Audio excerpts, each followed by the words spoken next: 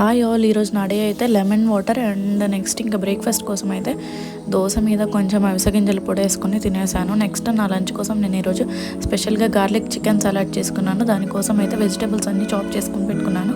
ఇంకా నెక్స్ట్ అయితే చికెన్లోకి కొంచెం ఉప్పు, కారం అండ్ ధనియాల పొడి, కొంచెం అల్లం వెల్లిగడ్డ పేస్ట్, ఇంకా ఆరిగానో అండ్ లెమన్ స్క్వీజ్ చేసుకొని మిక్స్ చేసుకొని పెట్టుకున్నాను. నెక్స్ట్ అయితే నేను దానిపైన టాపింగ్ కోసం 4 టేబుల్ స్పూన్స్ కర్డ్ తీసుకొని దానిలో కొంచెం పెప్పర్ పౌడర్ అండ్ ఆరిగానో వేసుకొని లెమన్ స్క్వీజ్ చేసుకొని కలిపి పెట్టుకున్నాను.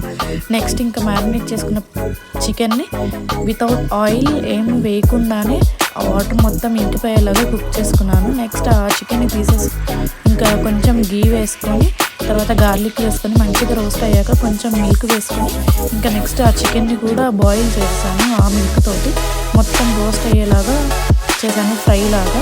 నెక్స్ట్ ఇంకా ఈ చాప్డ్ అన్ని వెజిటేబుల్స్ అన్నీ ఒక బౌల్లో తీసుకొని ఈ చికెన్ని కూడా దానిలో యాడ్ చేసుకొని మంచిగా టాపింగ్ని మిక్స్ చేసుకొని తిన్నాను. చాలా యమ్మీగా ఉంది చికెన్ సలాడ్ అయితే. You have to try.